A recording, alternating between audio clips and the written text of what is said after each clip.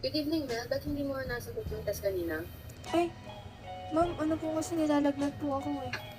Ganun ba? Sige. Pwede mo bang sagutin itong 5 questions na lang para sa test mo? Ay, sige po. Di ba po nasa na po yun sa GC? Oo, yeah. That one. Sige po. Kaya mo ba ng 5 minutes? Magre-record na kasi ako. Apa, sige po. Kaya lang. Apa. Okay, go.